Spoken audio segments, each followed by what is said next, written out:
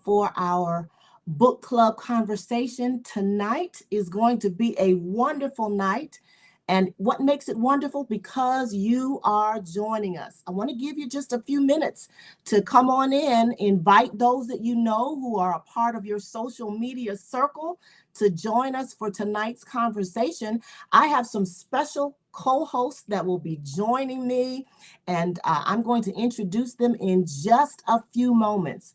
But for those of you who are from C3 Hampton, you know that the book that we're going to be discussing tonight is Tabitha Brown's book. I was getting ready to say her latest book, but she has a new book out after this first one that she's written. But this is the book that we're going to talk about tonight.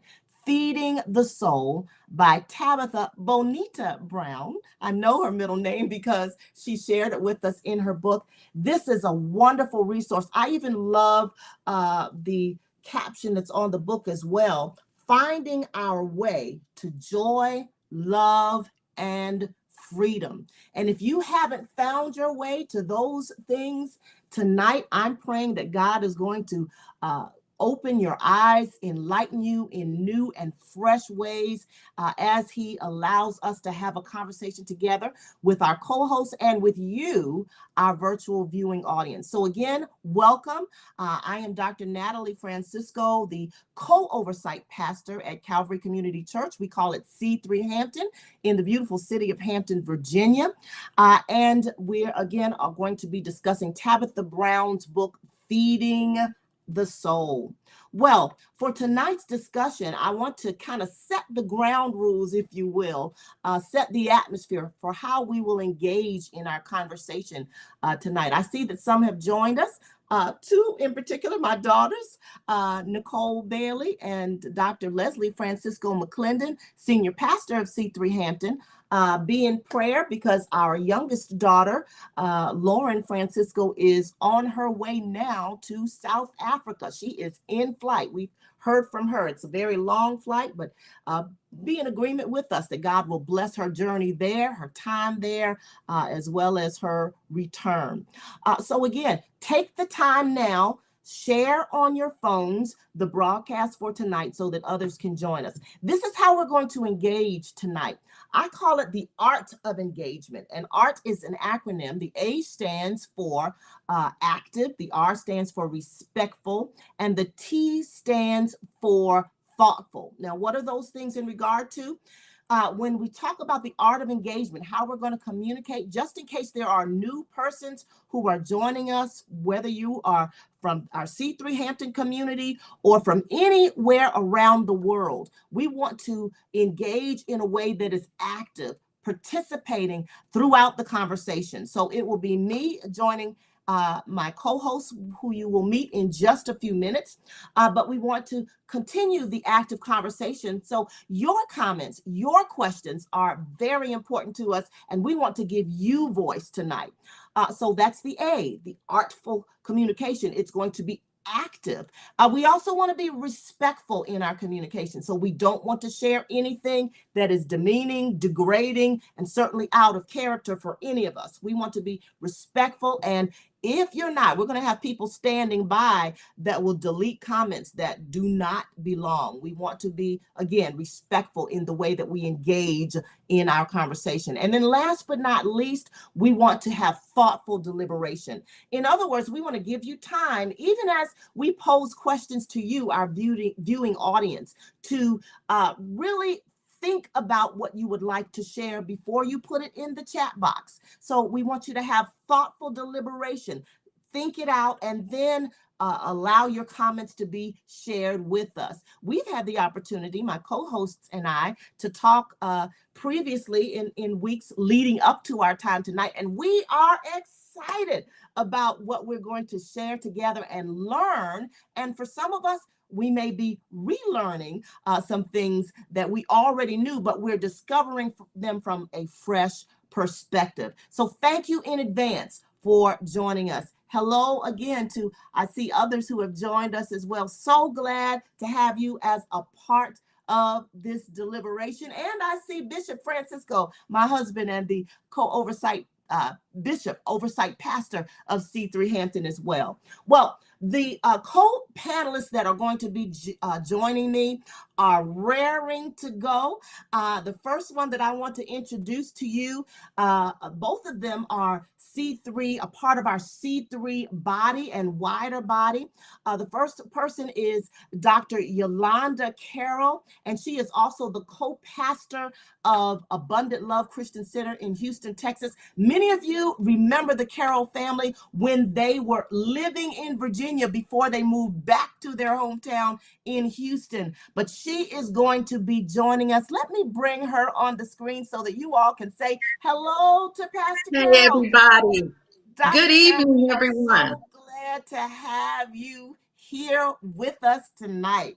Excited about you being here. And as I introduce you all and the next co-host that is going to be joining us, I want everyone, perhaps those who do not know you, just to learn a little bit about you. So I would like for you to share with us a little bit about yourself, to include who you are, what you do. I've already shared a little bit of that. I know I have. And a time when you felt seen, loved, or heard. And I share that last part because that is some of the crux of what this book that we're discussing tonight is all about. Tabitha wants everyone, and that's why I think she began her journey on social media before she ever wrote this book, and she's branched out into many other things, which we'll talk about in a little bit. But a time when you've been seen, felt, or heard, that is important to her, and it should be important to us. Take it away. Right. Good evening, everyone. And again, thank you, Dr. Natalie, for having me. Hello to my C3 family. I am excited. I'm just so glad to be here. And I'm one of the Tabitha Brown fans. I'm one of the ones that just take such joy in watching her videos and reading her stories and reading her blogs and all of those things. And many of the things speak to me because of who I am. I'm a mother. I'm a wife. I'm God's girl. And as Dr. Natalie said, my husband and I together, we pastor the Abundant Love Church here in Houston, Texas. And that takes a lot. That takes a lot. And again, many of the things in the book kind of help you walk through a long journey, or even when things happen really fast for you. But for me, I think when I started thinking about, when I got Dr. Natalie's notes, and it asked about the time when you felt heard, when you felt seen. And I think I had a 65th birthday actually last month.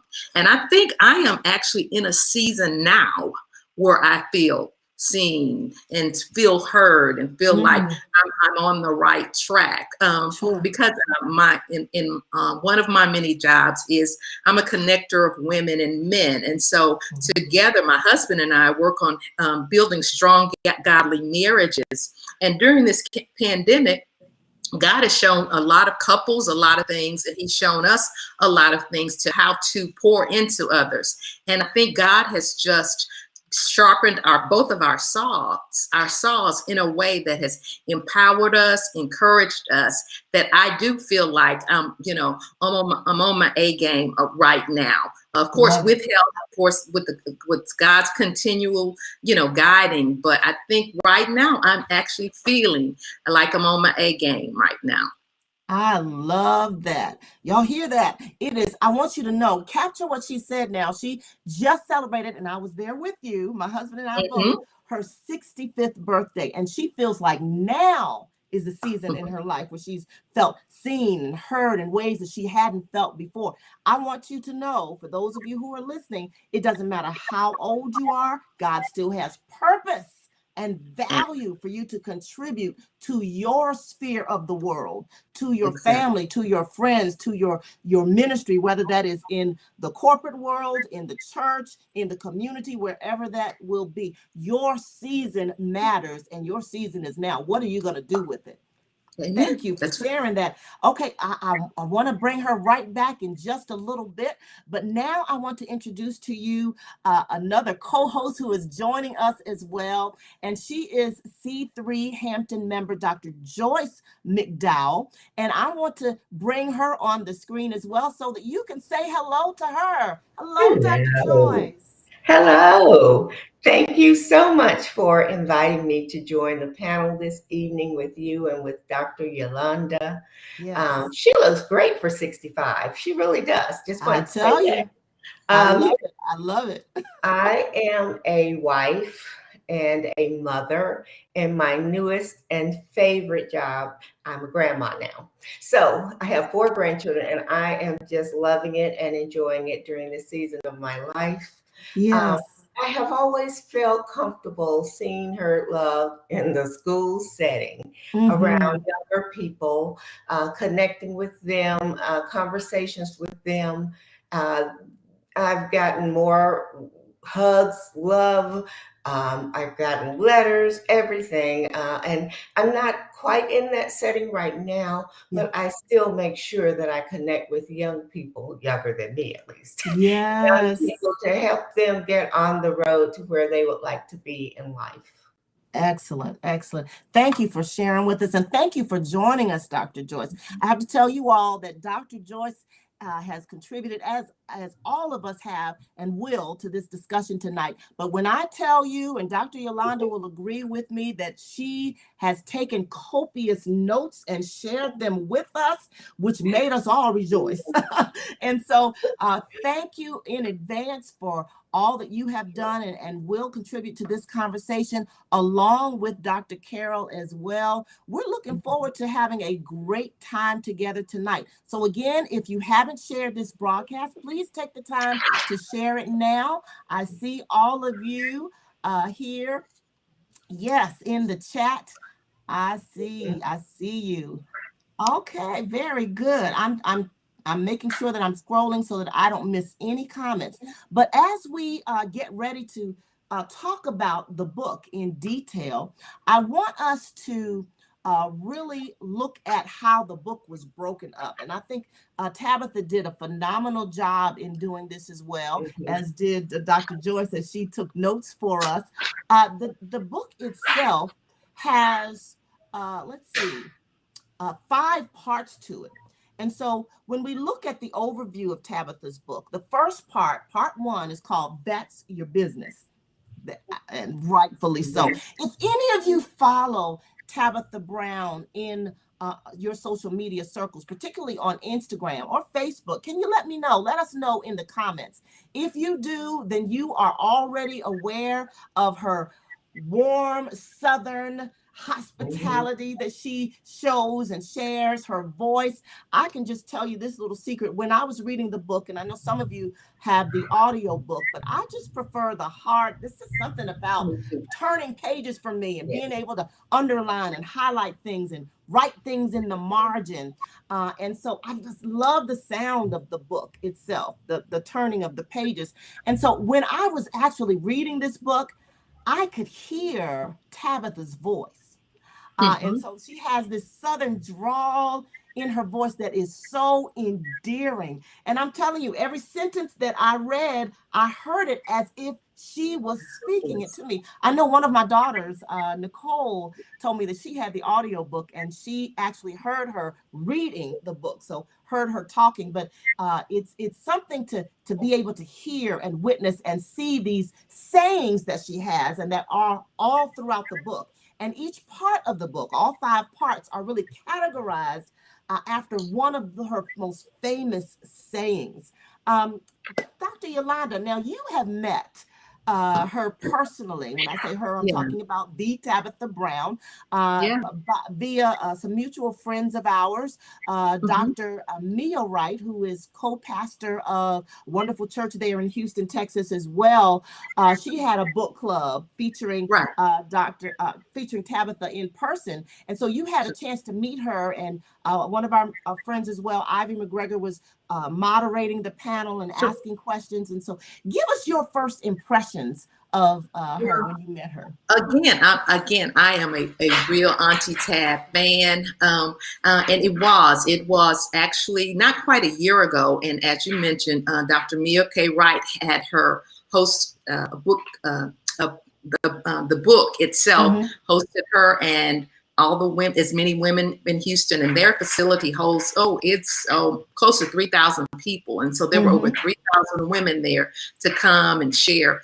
But and I did get an opportunity again, because one of our good friends made sure that so many of us were able to meet her personally and say hello. And as that same genuine, Southern, I care about you is what I felt. I mean, it wasn't more than 10 minutes that we were in the room together, but she talked, she complimented, how my outfit, and said, and she asked me, where was I from? And I told her I was from Houston. Yes. And even, again, there are hundreds of people waiting to see her and talk to her. And it was you got a book with your ticket. So some of the ladies, had their books with them.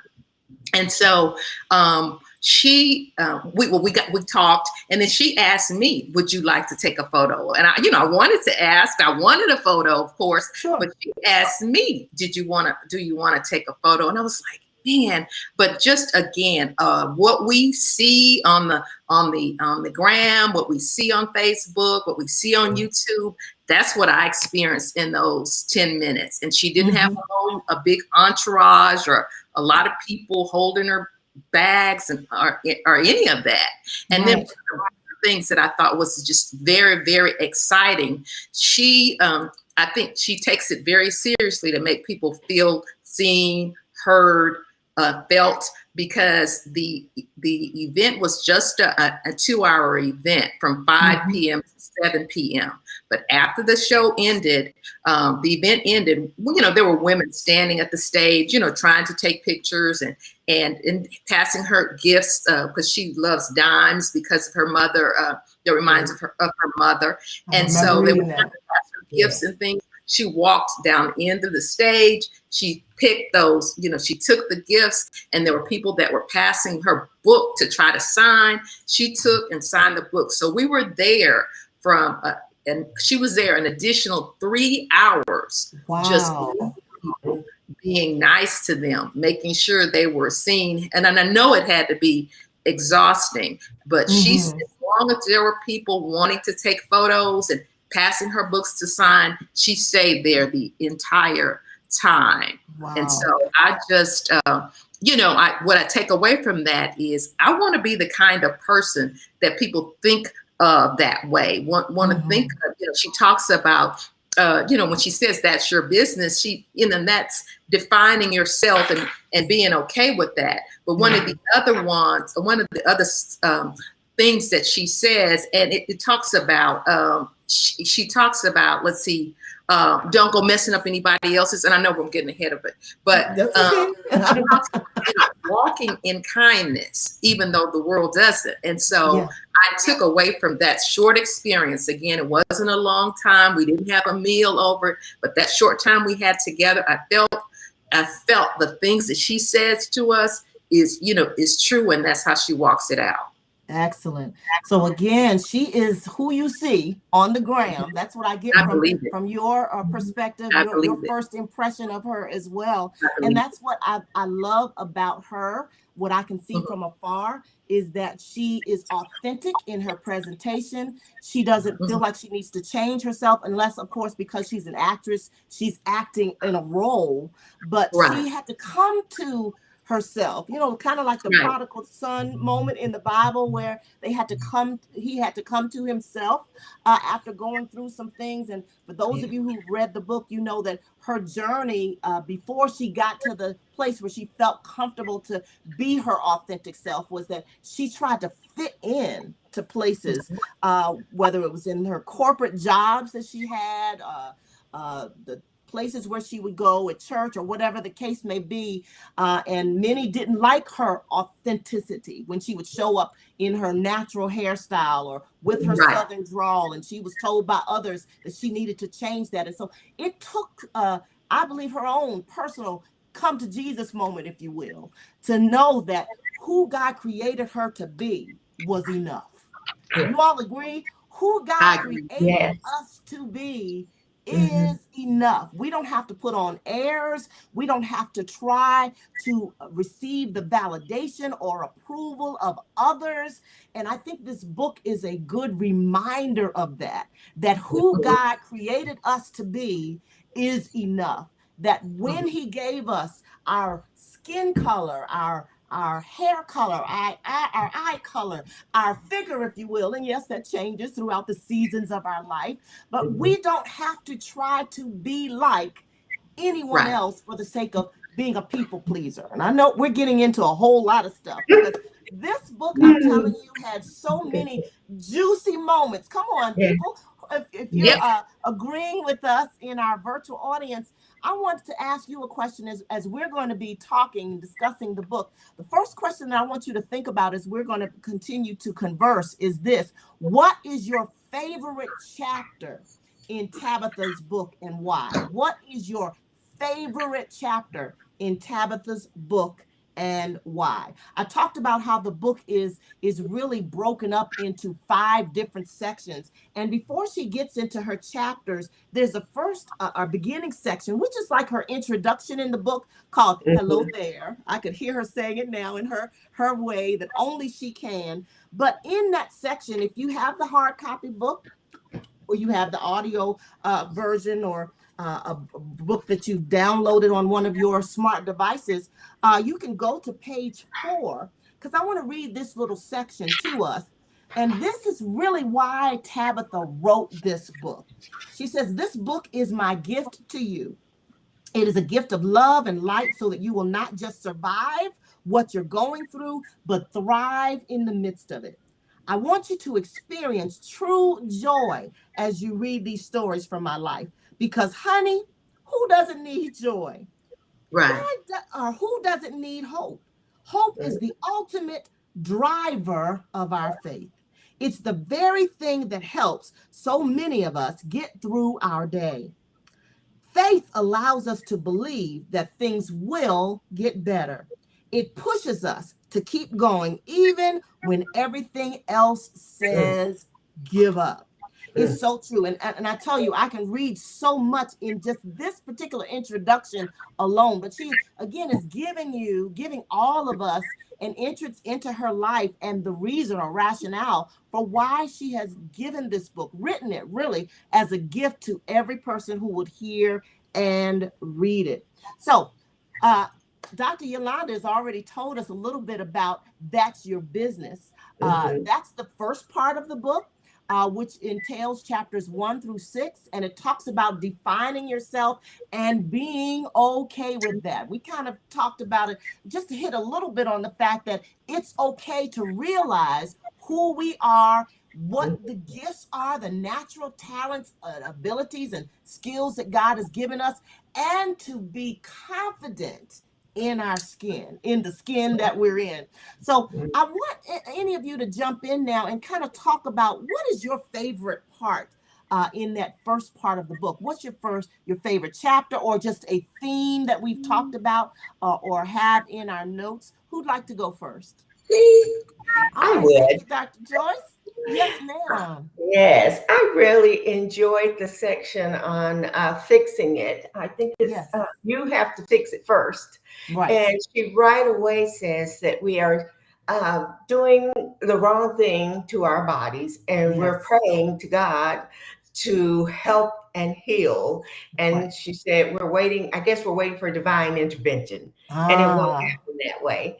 And it made me think of a time when I had a serious issue with Crohn's disease. And the one thing the doctor said is, do not eat ice cream.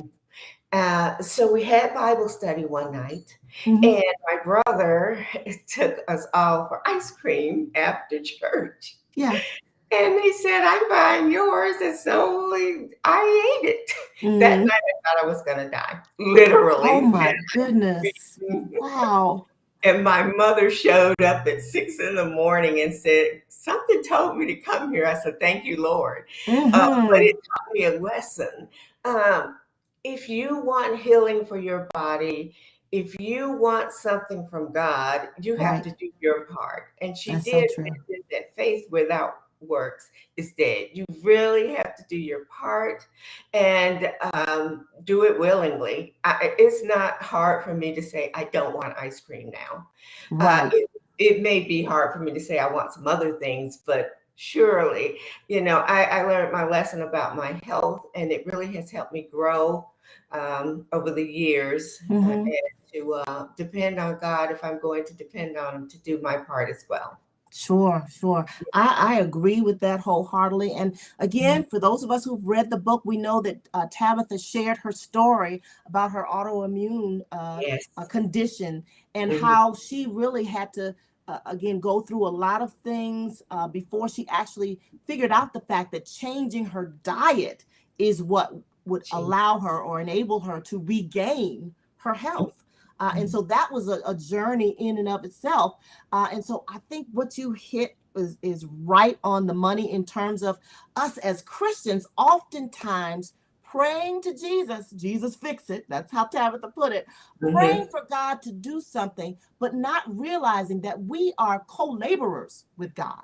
Right? We're partners with Him, even in our own life, in our life's purpose. And yes, even in our health. Oftentimes, I think we as Christians major on the spiritual part of our lives, whether that's, reading the Bible or praying or attending church or what have you. And oftentimes we neglect the other part of our tripartite being.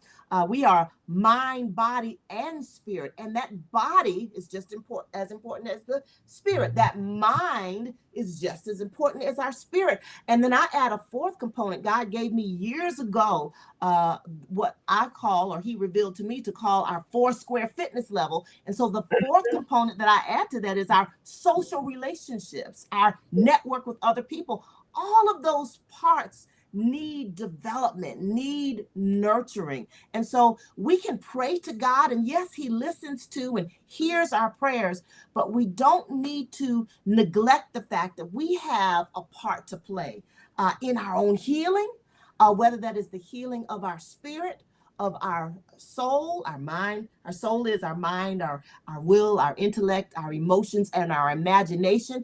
And yes, even our body. And Tabitha, like you, Dr. Joyce, came to the realization that you find out what's not working. And when you continue to do those things, when you learn that it's not working, it's causing you to be sick in your body, the lesson is not to continue to do that again. So sometimes we do need to go on journeys of difficulty, as Tabitha shared many times from her personal stories, even about her health, that showed her that, again, it is the things that we need to learn from in the most difficult things in our life, the most difficult journeys that we go through, that will change our mindset and allow us to have a new shift in our paradigm of thinking so that we can do the things that are beneficial, not just for our spiritual life as Christians, but even for our physical health. I'll tell you, I am not a vegan. I'll confess that first and foremost.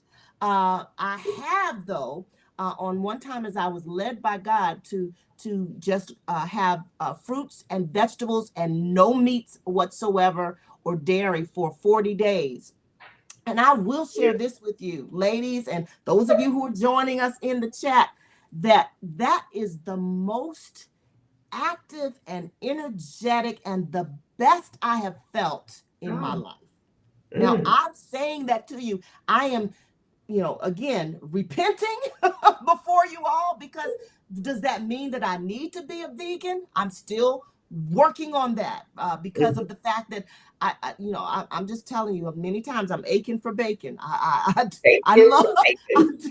And there's some things that I just love to do, but there's some other things that I've already started weaning out of my diet. And one of the things that my daughter, my youngest daughter, the one who's on her way to South Africa now, Dr. Joyce, has already done is she's already ordered Tabitha's new book. It's called Cooking from the Spirit. And she actually began her vegan journey along with some of her friends before Tabitha released this book. And so she's been cooking some things, and this book just came just a few days ago before she left. And she had already been cooking and having me taste things as you have as well, Dr. Yolanda. I have to bring her in on the conversation because she has also shared with me when my husband and I have been at her home, in her home, and she has cooked for us, and she has cooked some things when I thought I was eating meat, and I thought I was eating macaroni, the traditional macaroni and cheese, and she has used chickpeas and other things that I'm telling you, you cannot tell the difference. And so I'm learning even now on my journey how to take care of my health. How many of you also in the comments are learning to do the same? I see my sister Renee Bonner is online as well. She's another one who cooks and does wonderful things in the kitchen.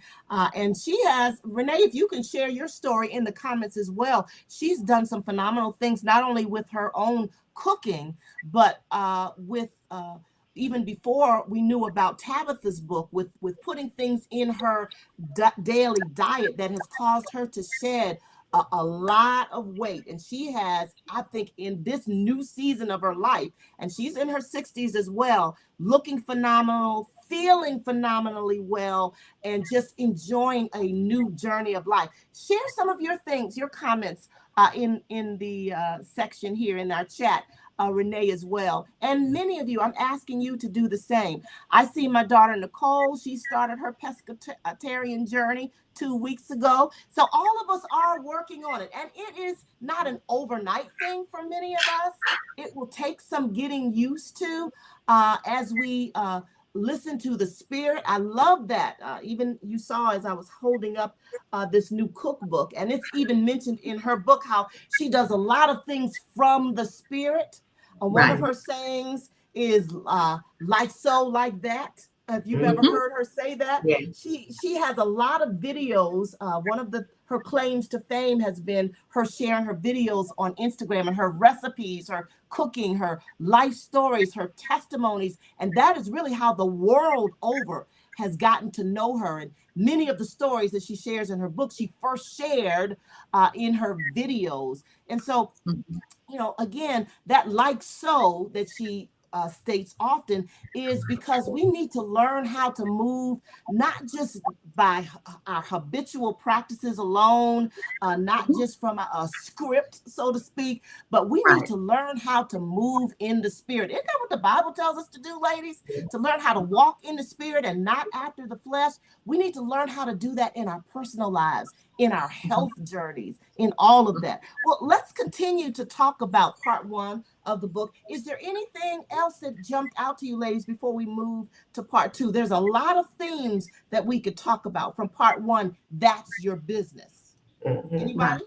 Dr. Nellie, I just wanted to jump in real quick and say that I think you've covered most of it. But one of the things in that first chapter, it talks about, and Dr. Joyce highlighted, it says everyday living builds character. And one of the things she talks about on her different blogs and posts, that basically God blessed her and brought her to where she was because of what she does every day. She was cooking for her family consistently every day, because God told her, to take better care of yourself. And then he told her, now you share with others what you're doing for yourself. And so I think we can take that with us also, that there's something that God has given us that we can do that can take us to our purpose possibly, or our, what the purpose that God has us for in this season. So I thought that was a great point for that's your business. I agree. Everyday living. So that again puts the onus on us. There's something in our lives that we do. Perhaps there's somebody who's listening right now and you're in the chat and you're still wondering, what is my purpose? Well, oftentimes when we think about our purpose, it's in alignment with what comes to us to do naturally. What are the things that bring us passion? What are the things that bring us joy? And for Tabitha, it was cooking in her kitchen, learning how to cook foods that would help heal her, not to kill her, to help her feel better and to live a more energetic, a more active lifestyle, a longer life that she can enjoy with her children, with her husband, doing those things in her work life. And there's many things. She's not only an author, but she has a partnership with her seasoning. I've got props, y'all. Look at that. my daughter Lauren ordered this as well. It's called Sunshine All-Purpose Seasoning, and this is Tabitha's contribution. So she has seasoning. She has a YouTube channel for children because she said once she was sick and she prayed to the Lord and she asked God, she said, God, if you heal me, show me what needs to be done so that my body can be healed. She said, if you heal me, you can have me. You all remember reading that or hearing it in her story? Yes. And what a powerful thing to say and to mean it. And hey, we got to be careful about the promises we make to God, because what we say to God, he'll hold us accountable to it. Look how God is using her on such major platforms. She not only has 2 books, but both of her books now are sellers, New York Times bestsellers. She has as I said, a YouTube channel for children because she said that she wanted her life to be able to be a witness, to draw others to Christ, to be a witness of the love and the light of God. And that starts, she said, even with children, but she's doing it in so many different ways. She now has a restaurant called Kale My Name, not Call My Name, Kale, K-A-L, Kale My Name. So when we're in LA, we're going to visit that for sure. But there's so many ways. She never could have dreamt that she'd be used in those ways. But when she opened herself up to God to use every gift, every talent, every ability, every skill that she had, God did that indeed. And so cooking is just one of the many talents that she has, and she's not going to go this. You all may remember this as well. She was writing this in her book that she didn't want to go to the grave empty.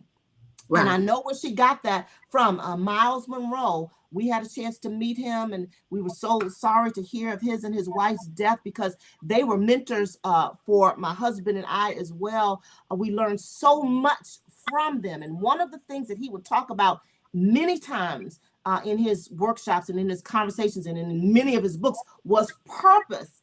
And so I want all of us to know, no matter how old we are, no matter where we are in our journey of life, there is still purpose for us to fulfill. You're never too young and you're never too old. There's still something that God is calling each of us to do. And this book that Tabitha has written, Feeding the Soul, will remind you or kickstart you, if you will, to know and to begin to ask questions about and to develop the areas in your life where you can begin, where all of us can operate in our purpose. Well, let's see. There is only one other thing that I wanted to share in that before we move on to part 2, and that is where on page 38, Tabitha had said this: sometimes God requires us to walk a path alone while we trust in him. And it's so good to have friends like you all, people that can surround us and support us. There's nothing better than having a support group to be our cheerleaders in life, in everything that we go through. But there are some things in life that we have to do alone. And when she talked about that in her book, she was talking about her journey to becoming a vegan. And she started with her family. They tried it with her. But after a certain number of days, her husband, kind of like me, said, I need some meat. And so that's fine for you, but I need to have some meat incorporated. So even though she was cooking for herself, she still cooked for her family, those things that they enjoyed, with some healthy alternatives as well. But she didn't, condemn her husband or others who aren't taking the same journey that she's taking.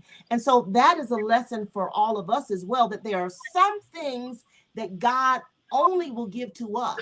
And we may be wanting others to co-sign that or to get validation from others or thinking or asking others what they think about what God has told us to do or what we are experiencing, whereas God may very well have given us that particular journey to walk alone.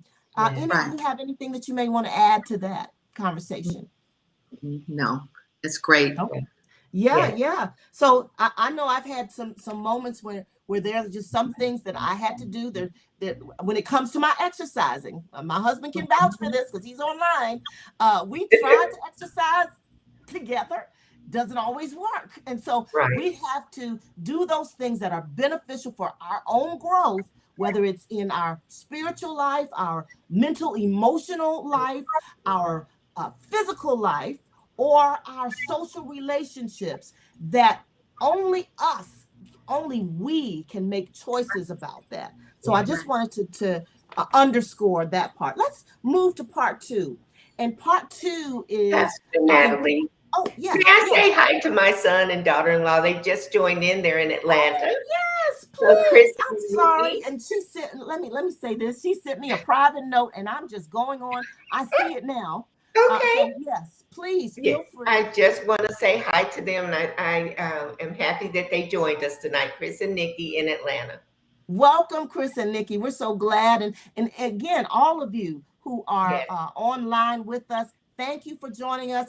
Please, if you haven't done so, share this broadcast so that others in your circle can join us as well. We're moving now to part 2, section 2 of the book, and that is chapters 7 through 12. And part 2 is under the theme, Have the Most Amazing Day. And so she says this often. Tabitha says, have the most amazing day. And by saying this, what she's really saying is choose joy and live with intention. Choose joy and live with intention. Let me ask you, Dr. Joyce, what part of part 2 resonated most with you that you'd like to expound upon? The part in chapter 9, now Yes. is the time to forgive. I Mm. really enjoyed reading that. It makes me think of how sometimes we think we have forgiven people, but if we keep talking about it and dredging it up and remembering and going over and over it again, that maybe we haven't. Yeah. And those things do hurt us, hurt our spirit, and really it holds us back. The other person doesn't know Right. that you're doing all of this. So she said to forgive people and pray for them. And she said also, you don't know how much time anyone has because life moves quickly. And while you're sitting there not forgiving, then perhaps the person could pass on, you could pass on, so forgiveness is key to helping you move forward. And to understanding, sometimes reflecting on it the situation could be fine, but to think about it constantly will not help you grow at all. So you need to forgive others. And so important. Yes. I read, and I forgot from where the source was, but and she may have included it in her book as well, but I read and heard a long time ago that when we choose not to forgive a person, it is like drinking poison Yes. ourselves, Yes. but hoping that the other person is going to be affected by it. They won't. And that's what happens. The Bible puts it this way, but it talks about roots of bitterness in Hebrews chapter 12, verse 15. And if there are roots of bitterness, it says, thereby many become defiled. That's what happens when we allow unforgiveness to be harbored in our hearts. It's literally killing the inside of us. It is as if we are drinking the poison and it's not affecting those who may have offended us, those who we feel may owe us an apology. And so when we forgive, it was such an important part that she shared. It is really doing it for ourselves. It's our way really of choosing joy, choosing to live and to be intentional about not holding or harboring grudges against other people. Have you, and I know all of us have encountered this in one way or another, where there may have been a person who has offended us, but they're So, walking and going along life as yeah. if everything is fine. You know, they smile, and when they see you, it's as if nothing has happened. And you're wondering, like, I know you remember. You know. You're still waiting for an apology that maybe will never come. It's best to release that, because when we can release those things in our life, we allow better to enter in. So we release the old so that the new can come. And that's what happens when we forgive others. We're releasing the unforgiveness in our own lives so that we can be free, so that we can have a life of joy and peace for ourselves. Yeah. How about you, Pastor Yolanda? What part of part 2 in that book spoke Part out to 2, you? one of they all are so good, but one of the part 2, it says, pay attention to the signs. That starts about on page 71 or so. And then in Dr. Joyce's notes, she put it, in plain words, it says, extend grace and love to others, but don't hurt yourself in the process. So pay attention to what's happening, how people are treating you, what kind of results you're getting from the things that are going on. The book goes on to talk about what kind of results you are getting. And so, of course, in this extend grace, and Tabitha said in one of her posts, she said that everybody should start. She allows everyone to start off at 100 with her.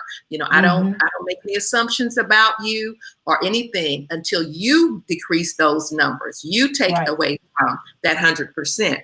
But it's, again, Dr. Joyce said, extend grace and love to others, but don't hurt yourself in the process. So we have to put ourselves first. It's not selfish to put yourself first. And so that was also eye-opening and just a reminder that it's okay to, to see about yourself first. Then you can be the best for, best wife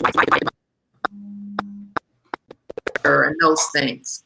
Sure, I agree. And again, you said some key things there, Dr. Yolanda. Oftentimes we may think, because of the fact that we read about how we are to serve others, but in serving others, we cannot pour out from an empty cup. And so we have to make sure that we fill ourselves with what we need, again, spiritually, physically, emotionally, and mentally as well, so that we have something to share with others, so that we aren't depleted. Oftentimes we may make that mistake. We are giving and giving and giving so much that we aren't taking the time to have what I call self-care, to take care of and to tend to the places in our lives, the deep recesses that have gone neglected for far too long. And so that is not selfish, as you shared, Dr. Yolanda. It is actually life-giving when we do that. Even when Jesus tells us that we should love our neighbor, what is the second part of that oftentimes people may not quote? Love our neighbor how? As yourself. As ourselves. So that lets us know that we can't properly love others unless we first learn how to properly love and take care of ourselves. So I think that's our first Christian duty, isn't it? Do you agree? Yes, to yourself. To make sure that we're all right, so that we can have a full cup, and then we can pour to others. That's so good. So good. Dr. Natalie. Yes. I remember you saying that in one of your books, something similar to that wives and moms tend to take care of everybody else, but not themselves. And I thought about that through here too, because we are bad about, we put everybody else first, put the family first, and we don't spend enough time on ourselves. You're exactly right. I had an epiphany when I was about 40 years old. I wrote about that in, I think, the first book that I wrote, Wisdom for Women of Worth and Worship. And I talked about how, when I was 40, I began to feel like I was in a wilderness. And I think what brought that on is not that God hadn't blessed my life in tremendous ways. I really began to think, when my first daughter went to college, Nicole, that there was a little bit of a vacuum. And that's when I really realized how much I was pouring into my children. how much I really was pouring into my family as a whole, my husband, how much I was really pouring into the ministry, and how I had neglected myself in the process. I had never taken myself out to eat. I'm talking about just alone time. Right. I had never really developed relationships outside of my ministry circle or my family because I didn't have time, or I should put it this way, I didn't intentionally make time, because Tabitha talks a lot about living with intention, doesn't she? I didn't make it a priority until after I turned 40, and people like Dr. Yolanda and others came into my life and blessed me in such a tremendous way. And so, you know, there are times in our lives where we need to realize, again, that God has given us wisdom, and we need to use that wisdom in ways that will bless us so that we're able to do those things that God has called us to do for ourselves. And then we can even be more effective when we pour into the lives of others. Have any of you on the chat experienced that, where you have, as a mother, because Tabitha even talks about this as well, when you talked about some things that Dr. Joyce, you had remembered similarly in my book, about how we oftentimes spend so much time as wives, as mothers, doing things, and we don't take the time to do things that we need to do for ourselves. She talked about when she was going to take this particular acting class, and she wanted to do it, but then she began to think, well, who's going to cook for my family? How is my husband going to think about this? And there were things, you know, she didn't really put the things that she needed to do in that season of her life in order to bring about what God has showed her into effect until she could take the time to have what I'll call a come to Jesus meeting with her family. I can remember so clearly when I had this meeting, my husband and I had our own come to Jesus meeting, and we discovered really for the first time what we knew, but we put into practice who is best at what. You know, sometimes we have these traditional roles. Tabitha talks about this too in her book. And we think that the wife is supposed to do this and only this. The husband is supposed to do this and only this. Because we've seen our own parents do it, or other couples or other families. And so we really, when we start to pattern ourselves only after other people, we can't be truly who God has called us authentically to be, individually and collectively. And so those are the times when we need to say, what is it that I need to do? God, what are you calling me to do so that I can be more effective in my role, not only as a wife or as a mother, but in the things that you have called me to do individually in my life? Because you, as I said at the onset, have value. Absolutely. And that value can't be really uncovered until you unpack who you are. And sometimes it takes being alone. Again, I'm not telling you to go away and leave your husband, leave your family, and not come back. I'm not saying that at all. But there are some things I discovered after I turned 40 many, many years ago, that there are times when I needed to take just a break in terms of having some alone time for me, where God has spoken to me in fresh ways. I can tell you 3 of the 4 books that I wrote was because I had that alone time. Some of it was time when God made me lie down in green pastures, as the Bible says. Dr. Yolanda, you remember one of those. I do. So she was very instrumental in my life at that particular time. But, you know, we don't have to get to the place where we're sick in our body and God has to make us to lie down to really get our attention. Let's take the time. Yes. In the chat, I can see we're getting a lot of good feedback about it. I see, actually, my daughter, Cornisha, just mentioned, I turned 40 and I'm really feeling the pull to take care of myself. I saw someone else, Shawnee, that said, I'm feeling that same struggle. Here's April Marshall say, I still struggle in this area. Renee, I've been better since I've been taking care of myself. And then again, I still struggle in this area.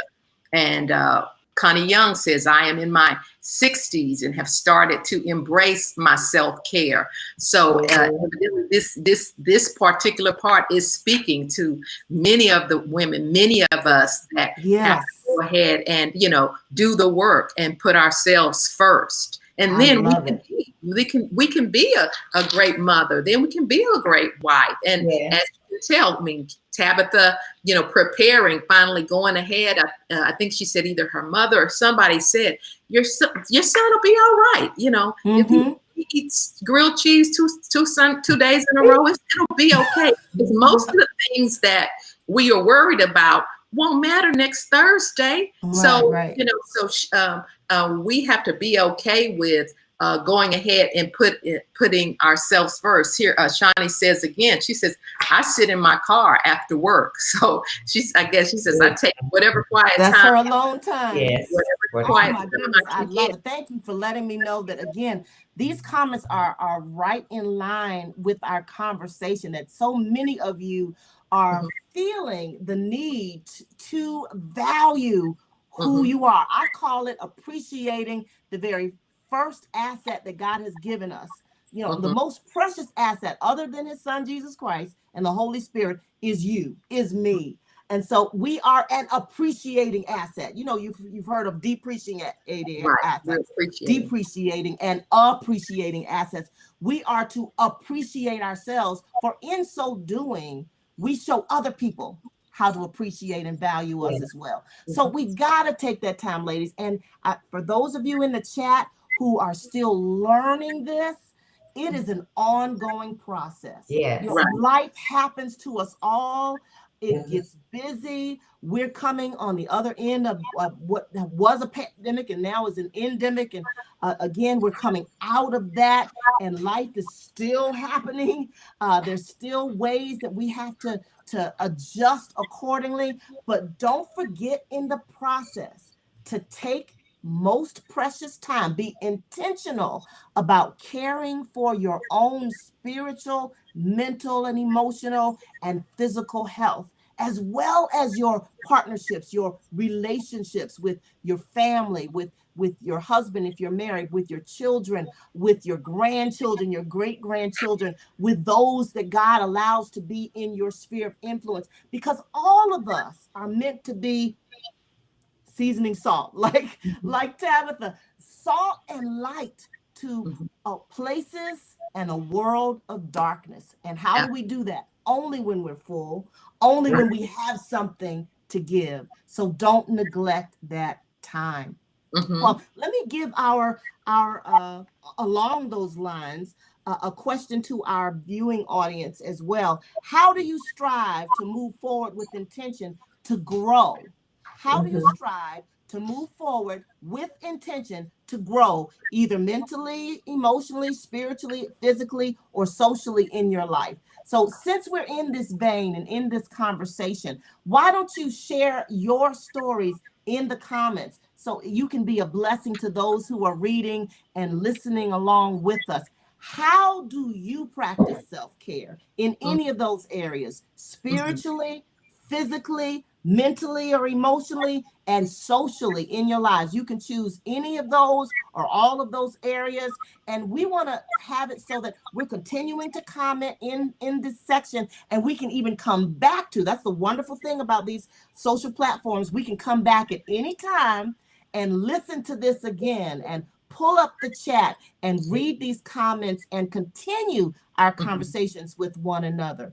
So as the audience that is viewing with us is thinking about that, deliberating about that, and preparing their answers in the chat, ladies, let me ask you if there's anything else in part 2 that Tabitha shared that you want to extend in our conversation tonight.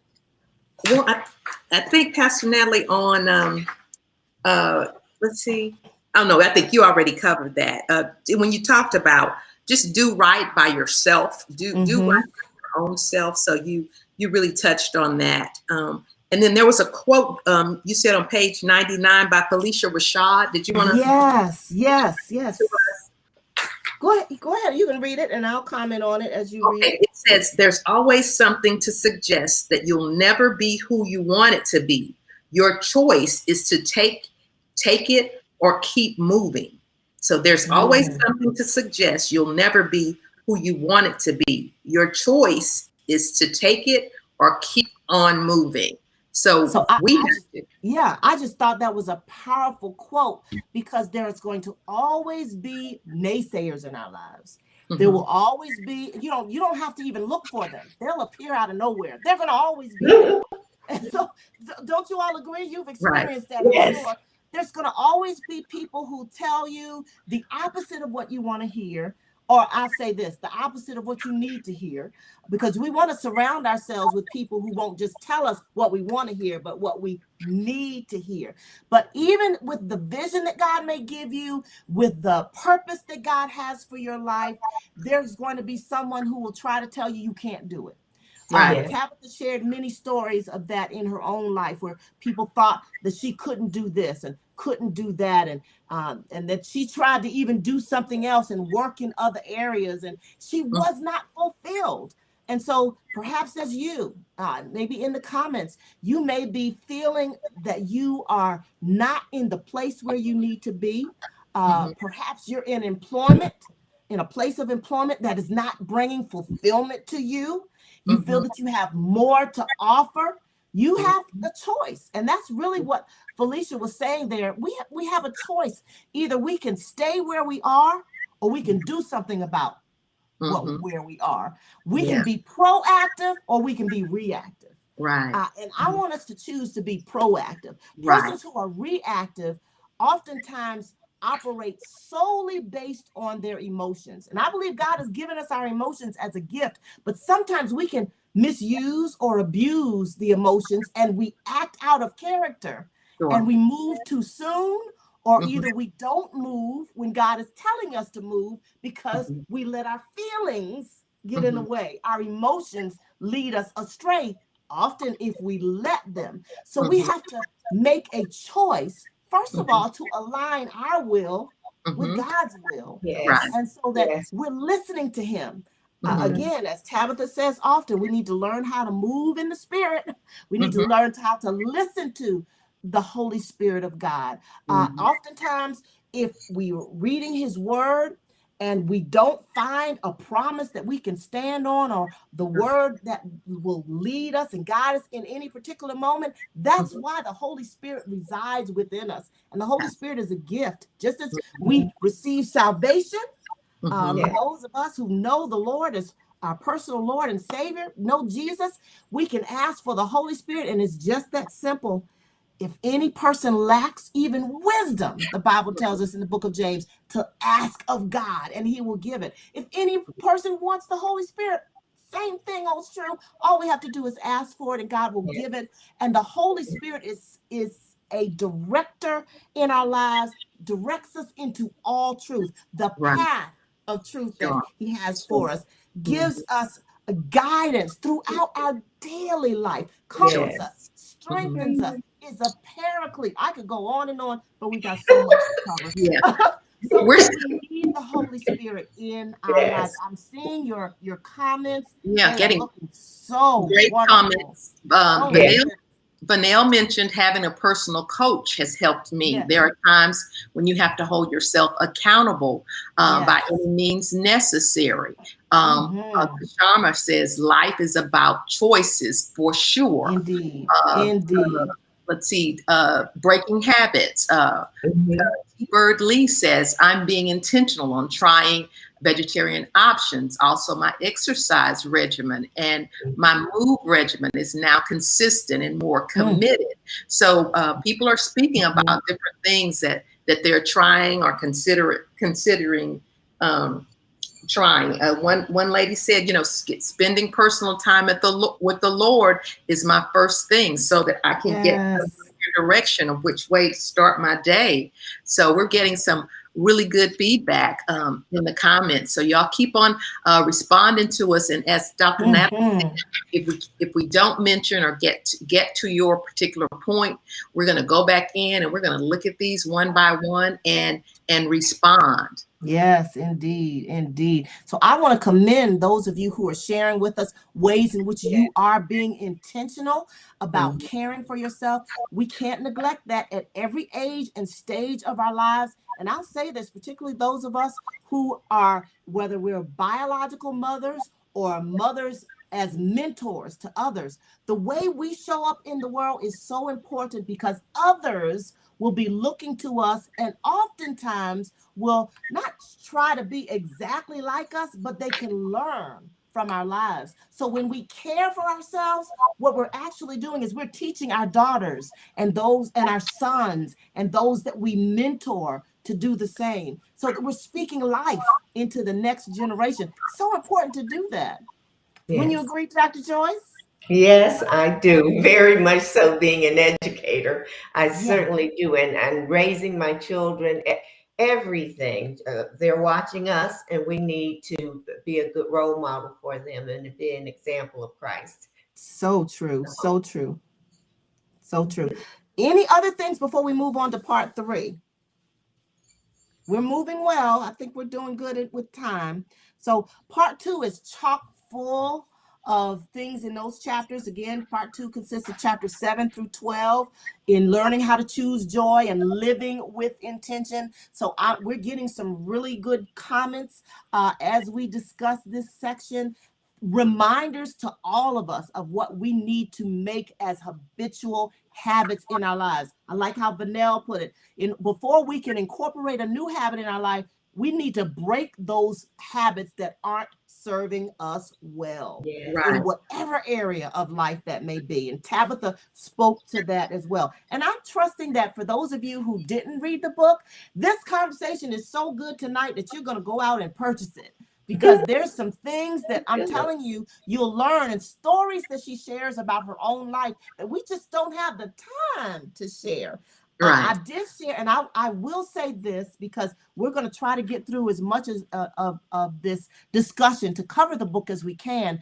But if in fact you all want and need a part 2, I already asked the ladies if they'd be willing to come back and do a part 2 perhaps next week, and we'll if that's the case, we'll see how much we can cover tonight. But let me see in the comments how many of you are enjoying this conversation tonight, and if we can't cover all that we need to cover, because there's a lot, how many of you would be interested in having a part 2? Put it in the comments right now. Let's see. How many of you would like to hear a part 2? Give us a thumbs up. Let us know. Again, there are so many things in this book that are I am a visual learner. So if you draw me a picture or tell me a story, I get it. And so there are so many good stories in here that draw a picture of things that are going on. But we're getting thumbs up in here, Dr. Natalie. We're getting, yes. We are. Yes.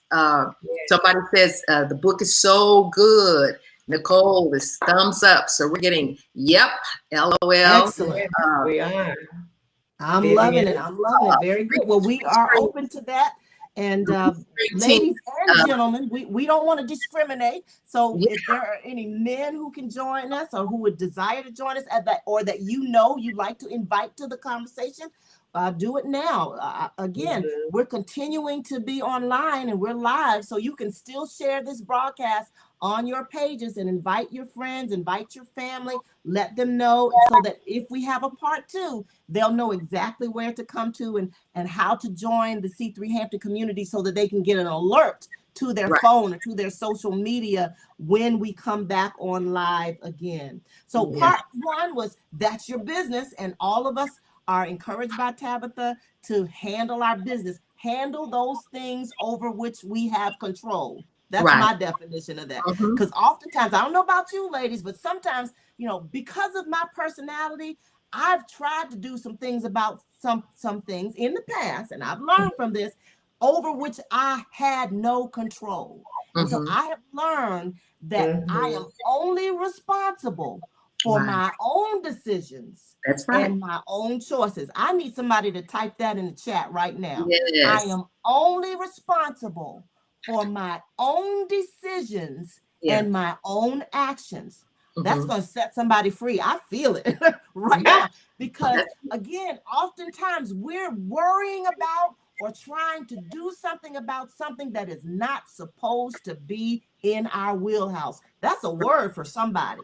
We're only responsible for our own decisions and our own actions. And the sooner I learn that, the quicker I learn that, the freer I became in my own life. And the Right. more I could operate in those areas that I was gifted to operate in. Because again, when we're in somebody else's business, we're actually not allowing those persons who are supposed to be handling their own business to do that. We become enablers. Anybody know what Yes. that is? Yes. Right? We become enablers when we're trying to do the work that somebody else is supposed to be doing. Mhm. I see it. Y'all are Yes. typing it. That means you're catching it. I love it. I Mhm. love it. Very good. Penelope Foster says, I'm really enjoying this book. I vote part 2 100%. Yes. I hear you. We hear you. Mhm. We hear you. Okay, there's so many things in part 2. Three. Or Three. we're in part 2 right now, I think. We're finishing that. We're Finishing moving that, on we're to going part 3. But there's one thing on page 119. Tabitha talks about running only leads you back to you. And Yes. I'm sharing that quote on page 119. Let me turn to it here very quickly, because it reminded me of when I wrote a book called A Woman's Journal for Joyful Living. And one of the chapters in that book that I had wrote was called You Can Run, But You Can't Hide. And so it's really synonymous with what she's sharing here on page 119. Let me pull it up. Is it just the quote that you want, Pastor Just Natalie? the quote, because I have so many thumb-eared. It's time, maybe. Okay, it's time for you to move, realizing that the thing you are seeking is also seeking you. Yes, that's it. Thank you. I've got so many notes that and thumb-eared pages. But yeah, the latter part of that quote I thought was so good. The thing that you're seeking is really seeking you. Right. You know, Paul put it this way, that I press toward the mark of the prize for the high calling of God in Christ Jesus. And he talked about apprehending that which apprehended me. Let me ask you all, what is your that in quotations? That is the thing that's really coming after you. It's the thing that God created you to do. It's why you and I exist on the earth. It's what you and I can do, as my husband often says, that nobody can do like us but us. So it's time to stop running from and start running towards who we really are in Christ. Right. What we really are called to do. And from reading Tabitha's book, you can see so beautifully, and I can parallel it with my own life, how when we face rather than run from who we really are and what God really has for us, that's when we come into the fullness of the beauty of who God created us to be and what he created us to do. Would you ladies agree? I Amen. do. Yes. Absolutely. It reminds me of Pastor Caleb on Sunday talking about Jonah. He just kept trying to get away, and he never did. He never did get away. Yes.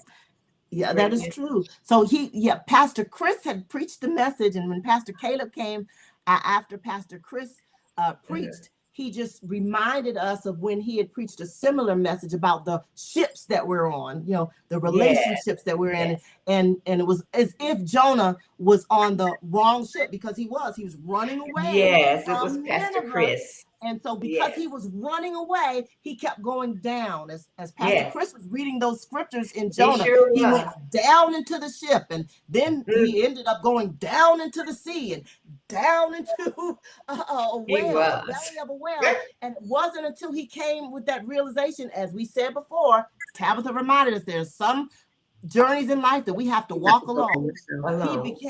That was his alone time in the belly of a fish, when he had to say yes to God. When if he would have said yes in the first place to what God had already told him to do first, he could have avoided that unnecessary journey.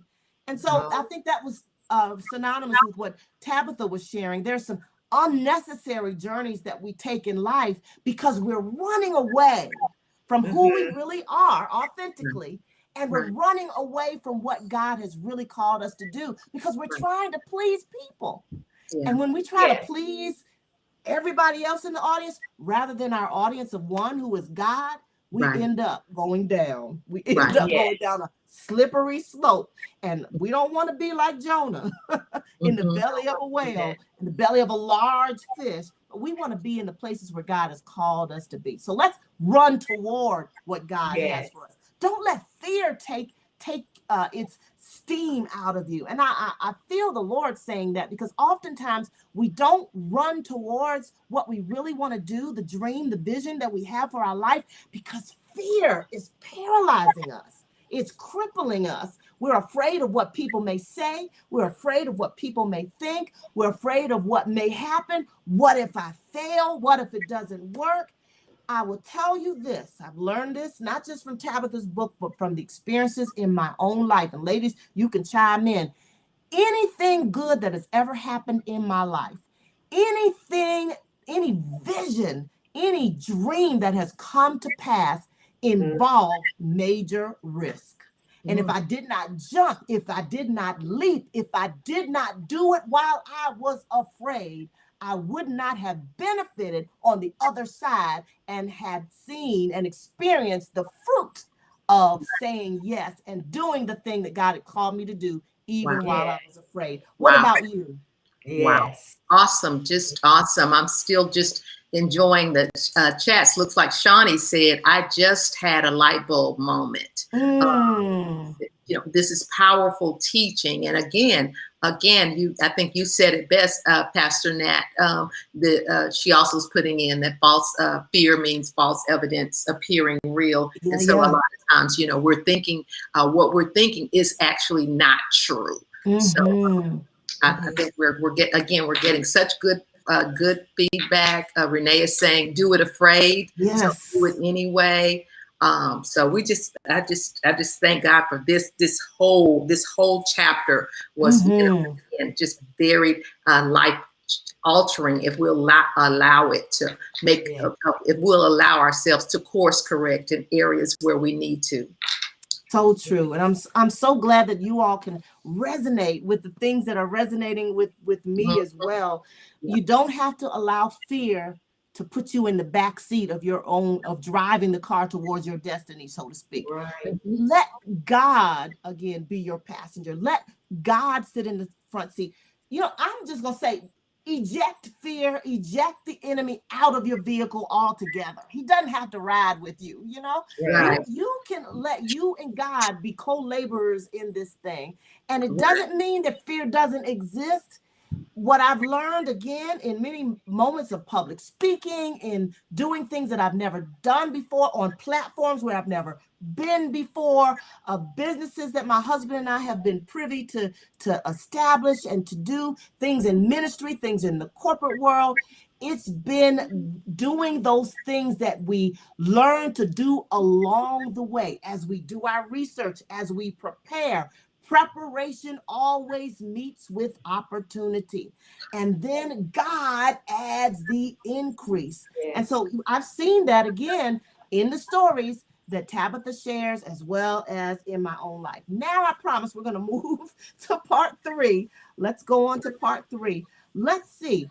Part 3 is under the theme, one of Tabitha's sayings again, don't you dare go messing up somebody else's. Now, this is what she always says in her mantra. Again, if you're following her videos on social media, on Instagram or on Facebook, she says, have the most amazing day, which was the theme of part 2. But part 3 encompasses chapters 13 through 18. Don't you dare go messing up nobody else's. And again, she says it as only she can. By that, she means learn to walk in kindness, even when the world doesn't feel kind. Doesn't that often happen when, again, we have to be the change that we desire to see? We can't necessarily wait for someone else to do their part. Who wants to jump in here? Dr. Joyce? I'll jump in. Well, one of the things she talks about, one of the talking points is she says, mind your business with love. And so one of the things is, again, we have to walk our own journey, but we can get people, make people set boundaries in place in love.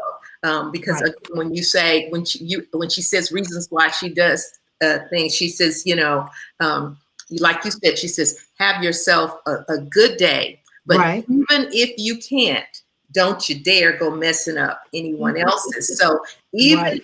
if you can't have a good day, please still be kind to one another. Yes. Be loving to one another, and Mhm. but still stay focused on what your actual goals are. Because she goes on in that same chapter, just reminding us that we all have value. However, Mhm. but what the direction the Lord is taking you and where I have to go, that those two may not align. Because That's again, true. all the things that you mentioned that she's done in her many of the things that she's done in this last year and a half, we didn't mention the part about the vitamins that she's doing, the Goalie vitamins Mhm. that she's Right. encouraging people to use. We didn't talk at all about her creativity, where she is, her brand is in Target stores, and not That's just in right. clothing, it's in Yeah. housewares and things Yeah. like that. And so when God is downloading a lot of creativity on you, we all, again, we have a whole lot of value. However, God didn't drop that vision on everyone. So Mhm. have a great day. But even if you can't, don't, try to for anyone else's dream or anything So like that. But true. stay focused. And she says that all the time. Stay focused. Stay focused. Yes. Stay focused. Yeah. In other words, mind your own business. Do the Yeah. things that Mind you're your own business. supposed to do. And Yeah. we need Yeah. to remind ourselves to do that. Stay on the Mhm. path where God has set us. And God is the one who will allow people to cross our path that we are meant to know, to meet, to partner with, to share with, or to learn from. And so Mhm. we only get in trouble when we get off our beaten Yeah. path and we Mhm. trod on somebody else's path. It's like Absolutely. driving down a highway, right? And when we're in our lane, as long as we stay in our lane, we're minding our own business, we're coasting along fine. But when we change lanes, and listen to this, when we try to change lanes without looking to see if someone Ooh, else is coming, what happens? crash. Yeah, we create an accident, and it's Mhm. our fault, right? Mhm. Because Yes. we got out of our own lane and we're Mhm. trying to jump in a lane that was occupied by Mhm. somebody else. And Mhm. Yeah. that's what happens when we get off of our path of purpose and we're trying to do something that God called and created someone else to do. So again, creativity comes from the source, the Absolutely. creator. The Mhm. same God who, in his first words spoken in True. the Bible, were "Let there be light," and all of a Mhm. sudden, light Yeah. appeared. So Yeah. it is there to say and to remind us that that same creative force and power is at work within us. And so Mhm. that's why God gives us an imagination, this Absolutely. mind, this gray area, this matter here matters Mhm. Yeah. because we are to develop that imagination and see as God sees so that we Mhm. can speak as God speaks. We can Right. speak life into dead situations. We can speak life into where we want to see fruit in our personal lives, in our family, in our places of ministry or business. That is how we become creative. We can speak life in our own abilities and allow God to download, like he did with Tabitha and is still doing with Tabitha, those things that he wants us to employ and enjoy. Notice I use those two words, to employ. That means we got work to do, right? That only we can do. Mhm. And then Yeah. enjoy. We reap the rewards, the fruit from our own labors. But that Mhm. means we got to go to work, right? We Yeah. got to do those things. And here's the key, and I think Tabitha said it, when you're doing what you love, it's not really work It's like not work work. at all. Yes. My Mhm. husband preached a message a long time ago. I'm reading your comments. They're still so very good. My husband, again, preached a message a long time ago talking about how when we do the work of God, when we're just working, we end up being frustrated and fatigued. But Mhm. when we're in the will of God, we experience fruitfulness Mhm. and fulfillment. I don't Right. know about you, but I'd rather be in the will of God than the work, just doing work that again does not align with the purpose for which God created me. Mm-hmm. Let me read this quote on the top of page 128. And it says this, again, it's under the theme, don't you dare go messing up nobody else. But it says this, there's something about sitting in gratitude that pushes you when you need it. I encourage you to let your blessings be your motivation to do the things that you don't necessarily want to do. Because, honey, the blessing is the fact that you still get to do it. Now, I'm living, I'll tell you, in a season in my life now where I don't just do the things that I have to do. I do the things that I want to do because I'm living in the blessing of all of those years where God had my husband and I doing things individually and collectively that were in alignment with our purpose. And oftentimes we were working. And yeah, there were some times, that's how he preached that message. Because oftentimes, and I know you can speak to this, Pastor Yolanda, you and your husband, oftentimes the messages, the sermons, the lessons that we teach, we have to walk them and live through them before we share them. So we learned what it means to work and be fatigued and frustrated. But we also learned how when we get in the sweet spot, I'll call it the sweet spot, the purpose that God has for us, that's when you experience fulfillment, freedom. I'll add another F word there. Fruitfulness, freedom, again, that allows you to know that you're not doing a job at all. This is your calling. This is what God has gifted you to do. And even though others may come along and try to even copy you, they can't do it like you can do it. And so we got to rest in the blessing of with gratitude. And God, this is what you allow me to do. And I'm grateful that you chose me to be me. I'm not trying to be anybody else. And that you chose to give me the gifts, the talents, the abilities, and the skills that you've given me for your glory, so that I can be, so that you can be light and love to those around us. What are some things in part 3 again?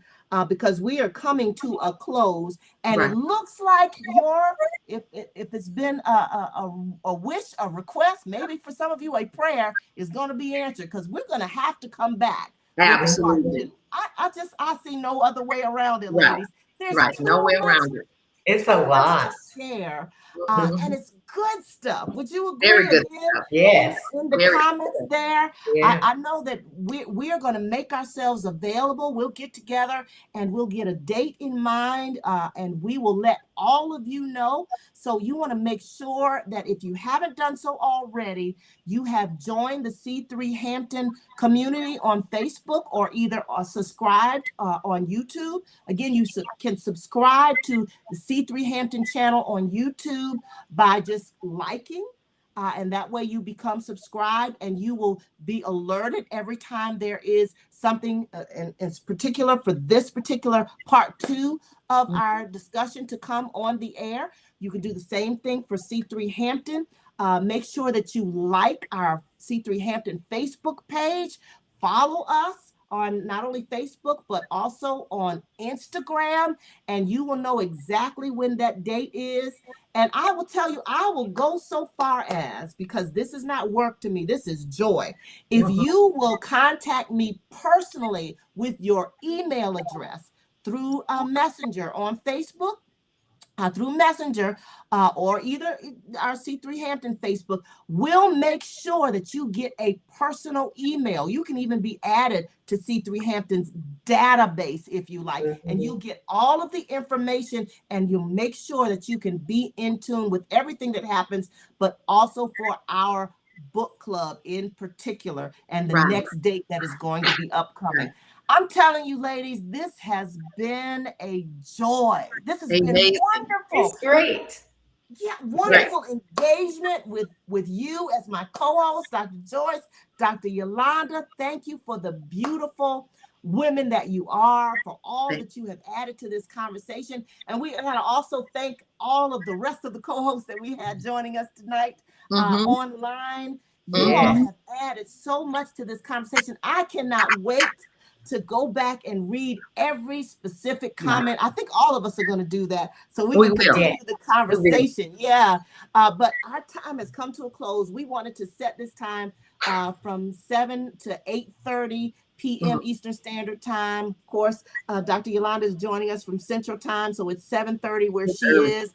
We know that you have a lot to do in your own personal lives and your family lives to prepare for tomorrow. We are coming back with part 2. Right. So stay tuned. We're going to contact you through those of you that like and subscribe to our C3 Hampton Facebook page, YouTube channel, and Instagram, or send us your email. I'll either contact you personally, or C3 Hampton will if you send it to C3 Hampton and want to be added to our database. We've had a wonderful time tonight. God has spoken to all of us and through us, and he's allowed us to meet many of you, to see some of you for the first time in our comments. Those of you who are a part of our C3 Hampton family, thank you for joining us. Those of you who are guests, either from Abundant Love Christian Center or from our families. Dr. Joyce had her children watching, and my children and husband, and all of you who have joined us. Thank you for being a part of this time. I want you to follow the words of Tabitha Brown as we prepare to dismiss tonight. As she says, that's your business. Have the most amazing day and night. Don't you dare, even if you don't you dare go messing up nobody else's. And do what you have been called to do by God like only you can. Listen to the Spirit. Allow the Spirit of God to speak to you and to lead you in your daily conversations and activities. And then Tabitha also says, as we'll talk about in part 2, part 5 is under the theme, very good. And for those of you who follow her, she says that often. What she means by that is live in peace and create good from the bad. That's what we've all been called to do. So this has been a wonderful night. I'm going to say this to you like my mother-in-law used to always say before she passed. And she would say this before she was going to bed at night. She would say, my time is up. Thank you for yours. And then she'd also say this: may joy go with you and peace follow behind you. Have a wonderful night. Good night. Yes, please. Bye-bye, everyone. Thank you. Bye. Yes. Bye-bye, ladies. Thank you.